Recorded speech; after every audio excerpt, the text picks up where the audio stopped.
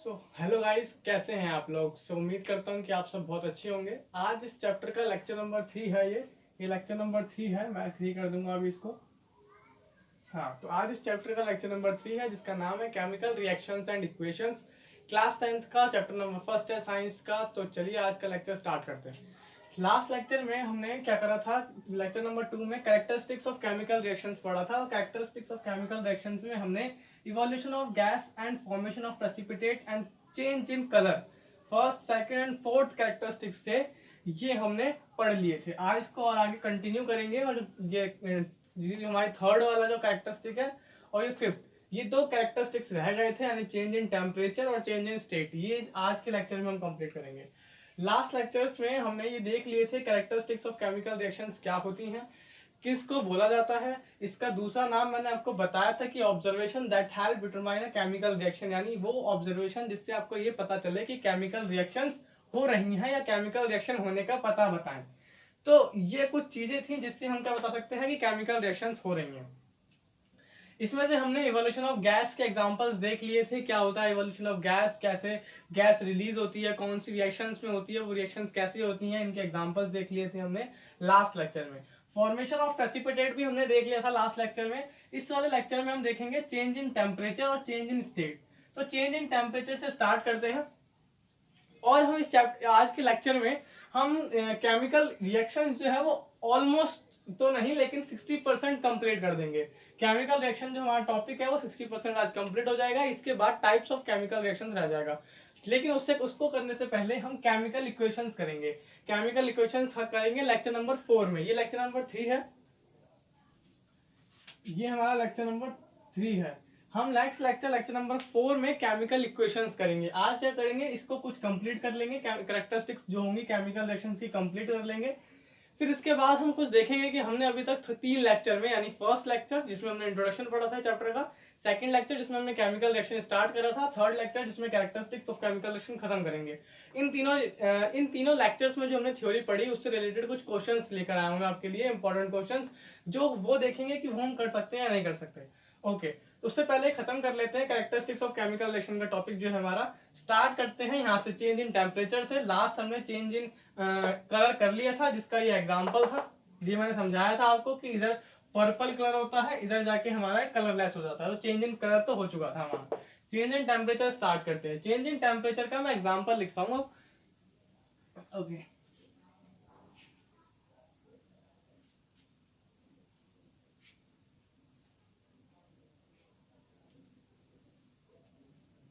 So change in temperature का क्या मतलब है। चेंज इन टेम्परेचर का मतलब है टेम्परेचर में चेंज आ जाता है। कहने का मतलब ये कि कुछ केमिकल रिएक्शंस ऐसी होती हैं जिसमें क्या होता है, स्टार्टिंग में यानी रिएक्टेंट्स का टेम्परेचर कुछ और होता है, लेकिन रिएक्शन होने के बाद जो टेम्परेचर है वो चेंज हो जाता है। इसमें दो चीजें और हमें पढ़ना है, वो पढ़ना है exothermic reactions and endothermic reactions. Exothermic reactions and endothermic reactions आप टाइप ऑफ केमिकल रिएक्शंस के साथ में पढ़ें। तो स्टार्ट करते हैं चेंज इन टेम्परेचर। आज चेंज इन टेम्परेचर का मतलब टेम्परेचर में चेंज आना है। तो टेम्परेचर डिक्रीज हो जाएगा, यानी राइज करेगा टेम्परेचर, या तो डिक्रीज हो जाएगा, टेम्परेचर फॉल हो जाएगा। देखते हैं इसका कुछ एग्जांपल्स। तो इसके एग्जांपल्स क्या है हमारे, जो हमारे क्विकलाइम होता है। क्विकलाइम को अगर हम क्या करते हैं, वाटर में डालते हैं, वाटर के साथ रिएक्ट कराते हैं इसको, तो हमारी रिएक्शन में क्या आता है, हमारे पास रिएक्शन में आता है slaked lime, plus heat release होती है, प्लस हीट, यानी कुछ हीट निकलती है। क्या होता है क्विकलाइम और क्या होता है स्लेक्ड लाइम, मैं भी आपको बताता हूँ। क्विकलाइम जैसे कि हमें इसको अगर हिंदी भाषा में बोला जाए, आम भाषा में, तो चूने को बोलते हैं। चूना, यानी चूना जो होता है सूखा हुआ, उसको बोलते हैं क्विकलाइम। लेकिन अगर उसमें वाटर ऐड कर देते हैं तो कुछ हीट रिलीज होती है, कुछ उसमें से हीट रिलीज होती है, वो गर्म हो जाता है। तो अब जो वो वाटर ऐड करने के बाद जो सब्सटेंस हमारे को मिलता है उसे बोलते हैं स्लेक्ड लाइम, और वहां पर कुछ हीट रिलीज होती है। इससे ये पता चलता है कि वाटर ने और क्विकलाइम में आपस में रिएक्शन हुई, वो दोनों आपस में रिएक्ट कर गए और हमें एक नया कंपाउंड मिला जिसका नाम है स्लेक्ड लाइम। और साथ में क्या निकली, हीट निकली, यानी टेम्परेचर क्या कर गया, इंक्रीज कर गया। यहाँ पर टेम्परेचर बहुत था ही नहीं, ऑलमोस्ट यहाँ पे कोई टेम्परेचर नहीं था, कुछ भी यहाँ पर हमारी हीट नहीं थी, कुछ नहीं था। यहाँ पे टेम्परेचर क्या कर गया, राइज कर गया यहाँ पे हमारे प्रोडक्ट में। तो ये क्या हो गया, चेंज इन टेम्परेचर आ गया। Change in temperature, change in temperature का मतलब टेम्परेचर में चेंज आना। अगर मैं इसकी रिएक्शंस लिखूं, यानी केमिकल इक्वेशन लिखूं, तो रिएक्शन है, प्रोसेस है, रिएक्शन। अब मैं इसकी केमिकल इक्वेशंस लिखूंगा तो कैसे लिखूंगा, इसको हम बोलते हैं कैल्शियम लाइम, क्विक लाइम को बोलते हैं CaO। CaO का मतलब कैल्शियम ऑक्साइड। कैल्शियम ऑक्साइड जो इसका केमिकल नेम है और जो इसका कॉमन नेम है वो है क्विक लाइम। वाटर का आपको पता ही है H2O होता है। अब इनके बीच में रिएक्शंस कैसे होती हैं, तो मैं चाहूंगा कि आपको रिएक्शंस भी समझाऊं इसमें, क्योंकि हमने लास्ट लेक्चर में कुछ 5 रिएक्शन 6 रिएक्शंस देखी थी, 2 इसकी देखी थी और आई थिंक 2 इसकी देखी थी और 1 इसकी देखी थी, यानी टोटल 5 रिएक्शंस हमने लास्ट लेक्चर में देखी थी। वो पांचों रिएक्शंस कैसे हुई हैं वो भी आपको पता होगा कैसे हुई हैं, मैंने कोशिश करी थी आपको समझाने की। अभी मैं बताऊंगा कि कैसे हुई हैं और ये कैसे रिएक्शंस होती हैं और कैसे हमें कंपाउंड मिलता है, ये सब हमने 9th क्लास में सीखा है। अच्छा, अगर फिर भी नहीं पता तो मैं आपको कुछ बताता हूँ। ये क्या होता है, कैल्शियम जो है वो किसके साथ रिएक्ट करेगा, ये H2O के साथ रिएक्ट करेगा। तो H2O के साथ रिएक्ट करने के बाद क्या बनाएगा, इसमें 2 चीजें हैं, इसमें एक तो H+ आयन है और इसमें एक OH- आयन है। 2 आयन्स प्रेजेंट होते हैं H2O में। मैं समझाने की ये कोशिश कर रहा हूँ कि केमिकल रिएक्शन अगर होगी तो प्रोडक्ट क्या मिलेगा। हर बार कुछ इसी तरीके से प्रोडक्ट मिलता है। इसमें क्या होता है, H2O में 2 आयन्स होते हैं, एक होता है H+ आयन, एक होता है OH- आयन। प्लस माइनस क्या है, वैलेंसी है, 9th क्लास में हमने पढ़ा था, वैलेंसी होती है। वैसे ही यहाँ पर क्या होता है, Ca के पास यहाँ पे भी दो एटम्स प्रेजेंट है। एक हमारे पास क्या है, Ca2+ और ऑक्सीजन 2-2, ये 2 एटम्स यहाँ भी प्रेजेंट है, एक Ca और O2। इन दोनों के बीच में हमने क्या कराया, इन दोनों का मॉलिक्यूल बनाया तो CaO बना है, H+OH का मॉलिक्यूल बनाया तो वाटर बना है, यानी H2O बना है। अब क्या होता है, जब कभी भी प्लस माइनस माइनस प्लस के साथ रिएक्ट करता है, ये क्या करेगा, कैल्शियम अब इसके साथ रिएक्ट नहीं करेगा, इसके साथ अपना एटम कंबाइन नहीं करेगा, क्योंकि प्लस माइनस माइनस प्लस दो अपोजिट रिएक्शन, अपोजिट जो होते हैं यानी कैटायन एनायन ही आपस में रिएक्ट करते हैं। कभी भी कैटायन कैटायन आपस में रिएक्ट नहीं करते, यानी ऐसे रिएक्ट नहीं करेगा। ये किसके साथ रिएक्ट करेगा, इसके साथ कंबाइन करेगा, इसके साथ बॉन्ड शेयर करेगा, अपना मॉलिक्यूल बनाएगा। तो कैल्शियम और हाइड्रोक्साइड, तो यहाँ पर क्या आएगा हमारा CaOH का होल ट्वाइस, ये आएगा। अब ये कैसे आएगा कि इसके ऊपर 2+ वैलेंसी थी, इससे माइनस थी, इस वजह से यहाँ पर 2 आया। कैसे मॉलिक्यूल बनाते हैं हमने क्लास 9 में सीखा है। ओके, उसके बाद ये आ गया है और ये दोनों आपस में रिएक्ट करेंगे तो जो वाटर है वो तो आता ही है, लेकिन वो वाटर किस फॉर्म में हो जाता है, हीट की फॉर्म में, स्टीम की फॉर्म में आ जाता है, इसलिए हीट रिलीज होती है। सो इस वाले केमिकल रिएक्शन जो थी उसका कुछ ये एक्सप्लेनेशन था। हमेशा प्रोडक्ट हमेशा आपका इसी तरीके से आता है, एक कैटायन होता है और वो दूसरे के एनायन के साथ रिएक्ट करता है, बॉन्ड बनाता है। एक एनायन होता है वो दूसरे के कैटायन के साथ बॉन्ड बनाता है। कैटायन का मतलब होता है प्लस, एनायन का मतलब माइनस, यानी जिसपे प्लस वैलेंसी है, प्लस पॉजिटिव वैलेंसी है वो कैटायन है हमारा, जिसपे नेगेटिव वैलेंसी है जैसे कि ये एनायन है हमारा। तो कैटायन एनायन के दूसरे के एनायन के साथ बनाएगा और इसका एनायन दूसरे कैटायन के साथ क्या बनाएगा, बॉन्ड बनाता है। तो ये थी हमारी रिएक्शन CaO+H2O और ये रिएक्शन थी हमारी। तो ये तो था हमारा change in temperature. Change in temperature का पहला एग्जांपल। एक और एग्जांपल देखते हैं और एक और एग्जांपल समझते हैं कि क्या है चेंज इन टेम्परेचर कैसे होता है। यहाँ पर टेम्परेचर क्या हो रहा है, इंक्रीज कर रहा है, टेम्परेचर राइज कर रहा है। एक और एग्जांपल देखते हैं चेंज इन टेम्परेचर का दूसरा एग्जांपल क्या है हमारा। तो क्या है, हमने क्या करा, जिंक में डायरेक्ट रिएक्शन लिखता हूँ। हमने क्या करा, एक जिंक लिया, यानी जिंक क्योंकि ग्रैनुअल्स है, ग्रैनुअल्स मतलब पीसीज है, छोटे छोटे बहुत छोटे छोटे पीसीज है। तो जिंक लिया और जिंक को मैंने रिएक्ट कराया है H2SO4 के साथ। ये रिएक्शन आप दूसरी बार देख रहे हैं, यानी पहली बार आपने रिएक्शन इवोल्यूशन ऑफ गैस में देखी थी, यहाँ पर हम हाइड्रोजन गैस रिलीज होती है, ये वहां पे ये वाली रिएक्शन हमने वहां भी देखी है और ये वाली रिएक्शन हम चेंज इन टेम्परेचर में भी देख रहे हैं। अब मैं इसके साथ रिएक्ट कराऊंगा, ये डाइल्यूट एसिड होता है, हम हमेशा डाइल्यूट ही यूज करते हैं लेबोरेटरीज में, लैब्स में आप डाइल्यूट एसिड यूज करते हैं, कोई भी कंसंट्रेटेड नहीं होता, तो कंसंट्रेटेड हमारे लिए हार्मफुल हो सकता है। ओके, तो जिंक और डाइल्यूट एसिड को, डाइल्यूट सल्फ्यूरिक एसिड को रिएक्ट कराएंगे तो क्या प्रोडक्ट बनेगा हमारे पास। तो ये रिएक्शन आपको सारी रिएक्शंस याद नहीं करनी है, रिएक्शंस याद नहीं करते कभी भी, रिएक्शंस बनाई जाती है। कैसे बनाते हैं, जैसे कि पहले वाली बनाई थी, Zn को क्या करेंगे हम SO4, यानी Zn पे होता है 2+ वैलेंसी होती है। मुझे उम्मीद है कि आप सबको ये पता हो कि वैलेंसी कैसे फाइंड करते हैं, क्योंकि हमने क्लास 9 में पढ़ा था। और H2SO4 के पास 2 है, एक तो H+ है और एक SO4-2 है, SO4 के ऊपर -2 होती है। अब क्या करेगा, Zn जो प्लस का है ये इस प्लस के साथ तो नहीं बनाएगा, क्योंकि ये भी कैटायन ये भी कैटायन है, तो क्या करेगा, इसके साथ बॉन्ड बनाएगा, इसके साथ रिएक्ट करेगा, तो इसके साथ रिएक्ट करेगा तो ZnSO4 -2 + 2 कैंसिल आउट हो जाएगा, तो क्या हो जाता है यहाँ पर ZnSO4 बन जाता है।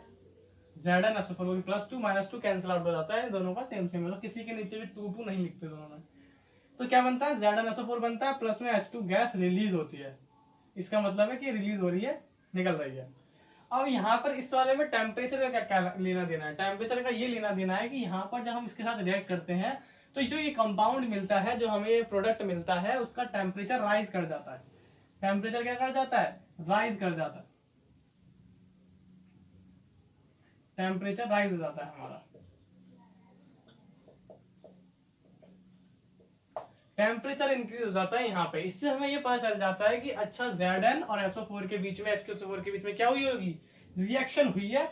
इस वजह से इसमें इस वाले रिएक्शंस में अगर आप देखेंगे तो हमें दो चीजें मिल रही हैं, यानी दो कैरेक्टरिस्टिक्स बन रहे हैं इस वाले रिएक्शंस में। दो ऑब्जर्वेशन है, पहली ऑब्जर्वेशन है ये वाली कि इवोल्यूशन ऑफ गैस, यानी गैस निकल रही है। दूसरी वाली जो हमारे पास, जो हमारी दूसरी जो कैरेक्टरिस्टिक आ रही है, वो चेंज इन टेम्परेचर, टेम्परेचर में चेंज आ रहा है। यहाँ पर कोई टेम्परेचर में चेंज नहीं था, यहाँ पर कोई टेम्परेचर नहीं था, नॉर्मल जो टेम्परेचर होता है वही था। लेकिन जब रिएक्शन कराई, हमें प्रोडक्ट मिला, तो प्रोडक्ट हमें गर्म मिला।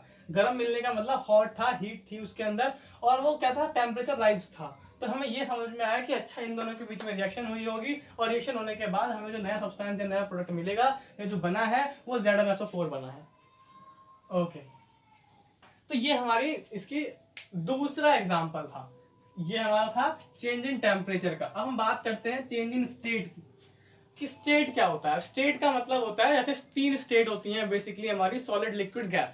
सॉलिड, लिक्विड, गैस में क्या होता है, कभी कभी रिएक्शंस होती हैं तो प्रोडक्ट जो होता है हमारा, यानी रिएक्टेंट जो होता है, वो रिएक्टेंट तो सॉलिड में होता है, लेकिन यहाँ पर आके हमें लिक्विड मिलता है। या कभी ऐसा होता है कि यहाँ सॉलिड है तो यहाँ पे हमें क्या मिल जाता है, गैस मिल जाती है। अगर यहाँ पर प्रोडक्ट, यहाँ पर लिक्विड है तो यहाँ सॉलिड मिल जाता है। कभी कभी ऐसी रिएक्शंस भी होती हैं। तो वो रिएक्शन से हमें ये पता चलता है कि वहाँ पे स्टेट क्या हो रही है, उनकी चेंज हो रही है, यानी सॉलिड से लिक्विड, लिक्विड से गैस, गैस से सॉलिड, कुछ भी चेंज होती है, मतलब उनकी स्टेट चेंज हो जाती है। तो वो क्या सारी केमिकल्स जो स्टेट चेंज करती हैं, तो कुछ केमिकल्स रिएक्शंस ही हैं ऐसी हैं जो स्टेट चेंज करती हैं, यानी उनकी एक कैरेक्टरिस्टिक होती है, जिससे हमें पता चल जाता है कि उनके बीच में क्या हो रही है, केमिकल रिएक्शन हो रही है। इसका एग्जाम्पल समझते हैं। एग्जाम्पल चेंज इन स्टेट का एग्जाम्पल क्या है, तो चेंज इन स्टेट का जो एग्जाम्पल है वो है हमारा द, एक minute, the combustion reaction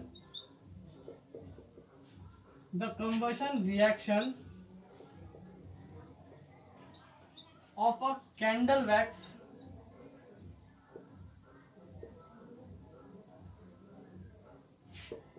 is characterized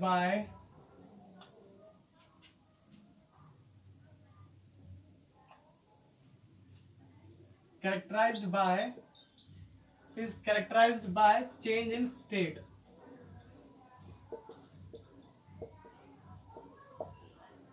okay, तो ये क्या रिएक्शन है, क्या इसका एग्जाम्पल है। इसका एग्जाम्पल समझते हैं कि चेंज इन स्टेट का एग्जाम्पल ये है कि जब कभी हम कैंडल जो होती है हमारी, जो हमारी मोमबत्ती होती है, उसको, कैंडल वैक्स को जब हम बर्न करते हैं, कंबशन रिएक्शन क्या होती है, कंबशन रिएक्शन का मतलब ऐसा समझ पा रहे होंगे, कंबशन का मतलब होता है जलना। जब कभी भी कोई चीज या कोई भी ऑब्जेक्ट जो है वो ऑक्सीजन के साथ रिएक्ट करने के बाद जलना स्टार्ट कर देता है, तो उसे बोलते हैं combustion reaction. Combustion reaction basically जब हम किसी भी चीज को ऑक्सीजन के साथ रिएक्ट कराते हैं, जब कभी भी कोई चीज ऑक्सीजन के साथ रिएक्ट करती है और जलना स्टार्ट कर देती है, बर्न होने लग जाती है, उसे बोलते हैं कंबशन रिएक्शन हो रही है। तो वैसे ही कैंडल वैक्स की भी कंबशन रिएक्शन होती है, जब हम कैंडल वैक्स को जलाते हैं in the presence of oxygen, क्योंकि हमारे जो एटमॉस्फेयर में ऑक्सीजन प्रेजेंट है, अगर ऑक्सीजन नहीं मिलेगी तो कैंडल वैक्स जो होगी नहीं जलेगी, कंबशन रिएक्शन नहीं होगी। फिर इस केस में क्या होता है, अभी जो है स्टार्टिंग में कैंडल वैक्स सॉलिड फॉर्म में होती है, कुछ टाइम के बाद वो लिक्विड फॉर्म में चली जाती है। आपने देखा होगा कैंडल जब जलती है उसको थोड़ा सा ऐसे टिल्ट करेंगे तो नीचे लिक्विड फॉर्म में भी मिलती है, यानी वहां पर क्या होता है, स्टेट चेंज हो जाती है। लेकिन कुछ टाइम के बाद वो लिक्विड भी क्या हो जाता है, जल जाता है, बर्न हो जाता है और गैस के फॉर्म में हो जाता है, और फिर वो हमें धीरे धीरे गायब हो जाता है, वैनिश हो जाती है, और कैंडल वैक्स क्या हो जाता है, धीरे धीरे खत्म हो जाता है। तो ये एक एग्जांपल है चेंज इन स्टेट का। पहले जो कैंडल वैक्स होता है वो सॉलिड फॉर्म में होता है, फिर लिक्विड फॉर्म में जाता है, हीट के कारण जल रहा होता है, ऑक्सीजन के साथ रिएक्शन होती है, ऑक्सीजन के साथ रिएक्शन होती है इसलिए इसको हम कंबशन रिएक्शन बोलते हैं। और उसके बाद जब वो लिक्विड फॉर्म में जाता है, लिक्विड फॉर्म में जाने के बाद क्या हो जाता है, वो सॉलिड हमारा गैसियस फॉर्म में आ जाता है, और लिक्विड भी बर्न हो जाता है, गैस फॉर्म में चला जाता है, एज अ फ्यूल काम करता है। और हमें लाइट प्रोड्यूस होती है, लाइट मिलती है, उससे लाइट मिलती है, लाइट प्रोड्यूस करता है, वो बर्न करता है तो लाइट प्रोड्यूस करता है। तो ये एग्जांपल है चेंज इन स्टेट का। अब ये टॉपिक जो है वो ऑलमोस्ट खत्म हो चुका है। कैरेक्टरिस्टिक्स ऑफ केमिकल रिएक्शंस हमने सबके एग्जांपल्स देख लिए, कहां पर क्या क्या होता है। ऑब्जर्वेशंस वो है जो ऑब्जर्वेशंस है कि पता लगाने की केमिकल रिएक्शंस क्या होती है, कहाँ होती है। केमिकल रिएक्शंस जो है ये आपका 60% खत्म हो चुका है। अब आपका 40% बचा है। 40% में chemical types of chemical reactions रह रही हैं बस। इस वाले टॉपिक में केमिकल रिएक्शन में टाइप्स ऑफ केमिकल रिएक्शंस रह रही हैं। टाइप्स ऑफ केमिकल रिएक्शंस हम आगे पढ़ेंगे, लेकिन उससे पहले हम स्टार्ट करेंगे केमिकल इक्वेशंस। केमिकल इक्वेशन बहुत अच्छा चैप्टर है, प्रैक्टिकल है, उसमें मतलब थ्योरी नहीं है, बहुत कम थ्योरी है, उसमें हम क्वेश्चंस करेंगे और बैलेंस कैसे करते हैं क्वेश्चंस को। बहुत अच्छा टॉपिक है, वो हम नेक्स्ट लेक्चर नंबर 4 में स्टार्ट करेंगे।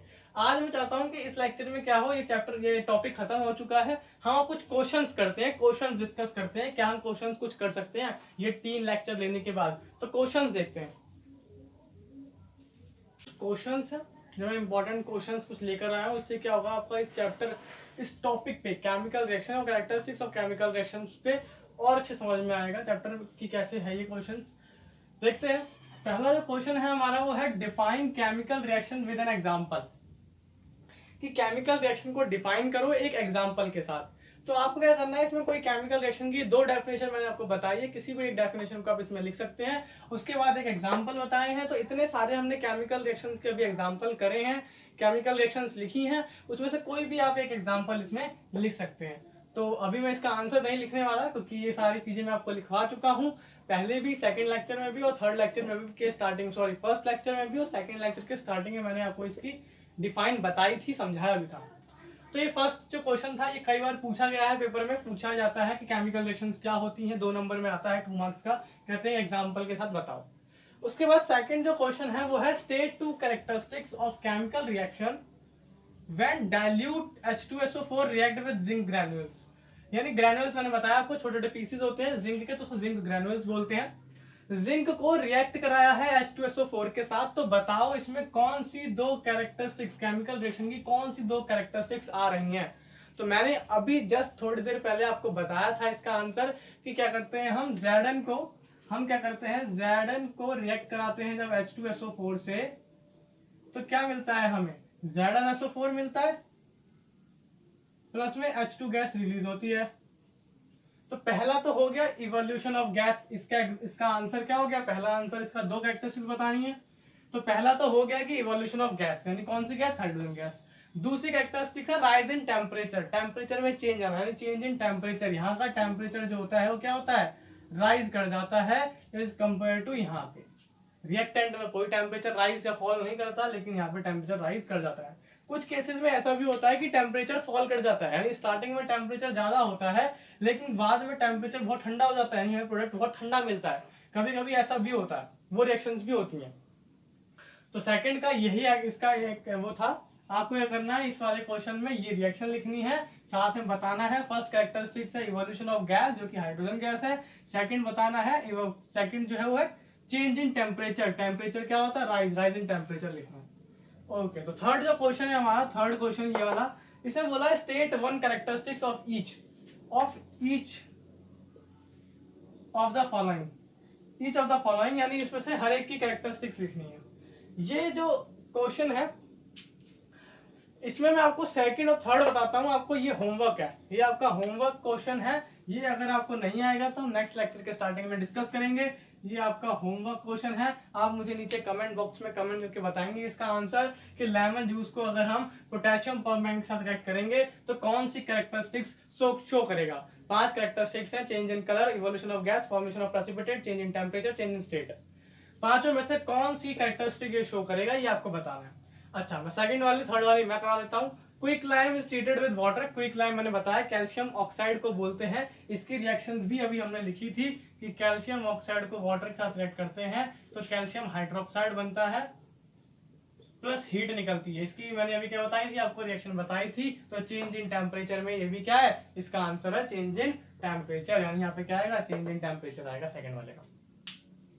थर्ड वाला बोला है wax is burn in the form of candle, candle जो है वो जल जाती है, बर्न करी जाती है, वैक्स को जलाया जाता है, तो वो क्या है, उसमें क्या होता है, वैक्स सॉलिड फॉर्म में होता है, लेकिन एटलीस्ट एट लास्ट तक जाते जाते फाइनली वो किसमें कन्वर्ट हो जाता है, गैसियस फॉर्म में आ जाता है। तो ये क्या हो जाएगा इसका आंसर, चेंज इन स्टेट हो जाएगा। ओके, तो सेकंड वाले का जो आंसर है वो चेंज इन टेम्परेचर है, और इसका है चेंज इन स्टेट, स्टेट में चेंज आना। सो ये कुछ क्वेश्चंस थे, इंपॉर्टेंट क्वेश्चंस थे। मैं चाहता था कि आपको पता लगे कि किस टाइप के क्वेश्चंस आते हैं। आपको डायरेक्ट इक्वेशन नहीं दी होगी, डायरेक्ट केमिकल रिएक्शन नहीं बता रखी होगी कि ये लो केमिकल रिएक्शन, इसमें बताओ कौन सी कैरेक्टरिस्टिक्स है, आपको पढ़ के ही समझना पड़ेगा।